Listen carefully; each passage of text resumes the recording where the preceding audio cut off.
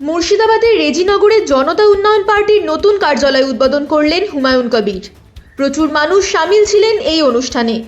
মানুষ ব্যাপক সংখ্যায় টিএমসি ছেড়ে হুমায়ুনের দলে যোগ দিচ্ছে। বলাই যায় হুমায়ুন কবির মুসলিমদের মধ্যে নিজের জনপ্রিয়তা অন্য পর্যায়ে নিয়ে গেছেন। মানুষ কি তাকে সঙ্গ দেবে, নাকি পাল্লা ভারী থাকবে মমতারই?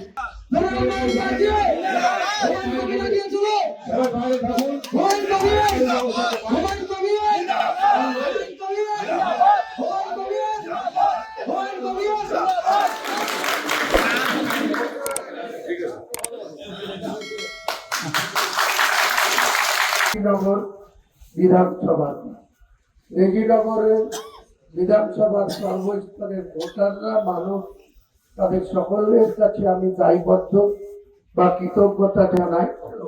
আজকের মমতা ব্যানার্জির চোরের রঙে তুলাবাজের নেত্রী চাকরি বিক্রি করে তার মন্ত্রিসভার পার্থ চট্টোপাধ্যায় 51 কোটি টাকা ধরা পড়ে তার বান্ধবী অর্পিতা 3 বছর জেল খেটে টেনে বেরিয়েছে।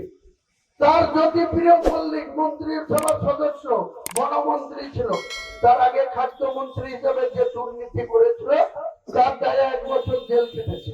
এই পাশে এই আদলবেড়ি যেখানে এদের বাড়ি, ওইখানে উল্টো দিকে ভোটার পলাশিপাড়া রেজিনগরের পরে কে এমএলএ তৃণমূলের মালিক ভট্টাচার্য।